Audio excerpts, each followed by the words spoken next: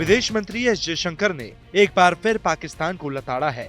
एशियाई economic dialogue में बोलते हुए विदेश मंत्री ने पाकिस्तान के ताजा आर्थिक हालात को लेकर कहा कि जिस देश का मुख्य बिजनेस ही आतंकवाद हो, वो देश कभी भी एक कठिन परिस्थिति से बाहर नहीं निकल सकता। विदेश मंत्री एस जयशंकर ने पाकिस्तान को आतंकवाद का पोषक करार दे दिया। उन्होंने पाकिस्तान की मौजूदा स्थिति के लिए पाक को खुद जिम्मेदार बताया।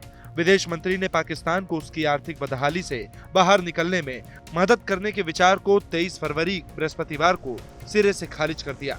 विदेश मंत्रालय की ओर से आयोजित एशिया आर्थिक संवाद में जयशंकर ने कहा कि वह कोई बड़ा फैसला लेते समय स्थानीय जनभावना का ध्यान रखेंगे।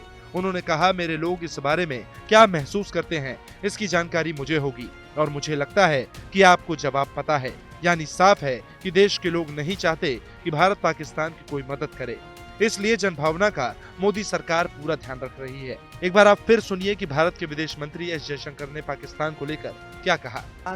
Just as a country has to fix its economic issues, a country has to fix its political issues too. A country has to fix its social issues. No country is ever going to come out of a difficult situation and become a prosperous power if its basic industry is terrorism. Bharat ने जब तुर्की जैसे देश को भूकंप में मदद की, इससे पहले श्रीलंका की मदद की, तो पाकिस्तान को लगा कि शायद उसे भी भारत से कुछ मिल जाए। लेकिन विदेश मंत्री ने साफ कह दिया कि इसके आड़े में पाकिस्तान का आतंकवाद भारत की जनभावना आ रही है। भारत अपने देशवासियों की जनभावना का कभी अनादर नहीं कर सकता। आपको बता दें, पाकिस्तान इस वक्त आर्थिक संकट से जूझ रहा है।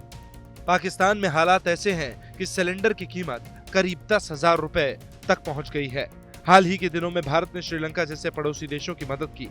जयशंकर ने कहा कि आतंकवाद भारत पाकिस्तान के संबंधों का मूलभूत मुद्दा है, जिससे कोई बच नहीं सकता और हम मूलभूत समस्याओं से इनकार नहीं कर सकते। विदेश मंत्री ने पाकिस्तान का नाम लिए बगैर कहा, कोई भी देश कभी भी मुश्किल स्थिति से बाहर नहीं निकल सकता और एक समृद्ध शक्ति नहीं बन सकता अगर उसका मूल उद्योग आतंकवाद है। उन्होंने कहा कि एक देश को अपने आर्थिक मुद्दों का समाधान करना होता है, उसी तरह उसे अपने राजनीतिक और सामाजिक मुद्दों का भी समाधान करना चाहिए।